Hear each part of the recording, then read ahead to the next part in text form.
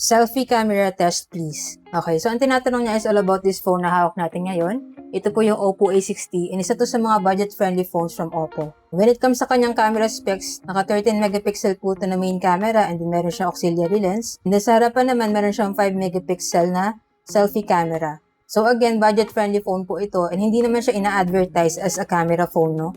Pero I would say na yung kanyang quality is good enough naman for the price. So sige, check po natin yung kanyang different camera features para makita nyo rin po yung quality. So dito po sa kanyang main camera, meron siyang Pro mode dyan. And then when it comes to video, maximum zoom is up to 10x po. Ganyan yung quality kapag naka 10x siya. And then maximum resolution naman is 1080p at 30 fps. Sa photo naman, ganyan yung 1x, and then 2x, and then yung kanya maximum zoom is up to 10x din.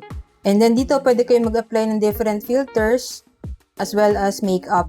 So depende na lang po sa inyo kung gusto niyo yung i-turn on or i-turn off. And then meron din siyang portrait mode. Pwede niyo pong i-adjust yung kanyang depth of field or yung kanyang blurry background effect dyan.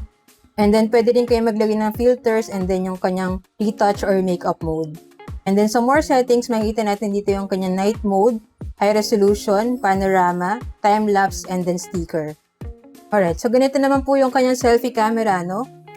5 megapixel po ito and then sa kanyang video, yung kanyang maximum resolution is 1080p at 30 fps. Meron siyang video mode, meron ding photo, and then dito sa photo, pwede kayo mag-apply ng filters or makeup. Depende po sa preference nyo. And pwede nyo rin po yung i-turn off.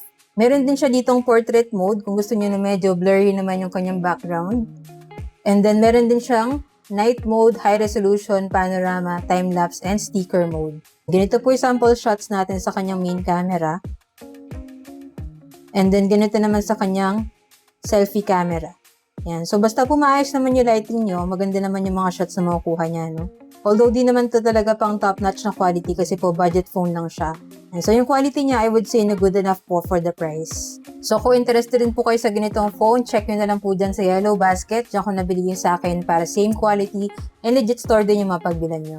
Yun lang, sana nakatulong tong video. If you have any other questions, just let me know in the comments and follow for more tech content.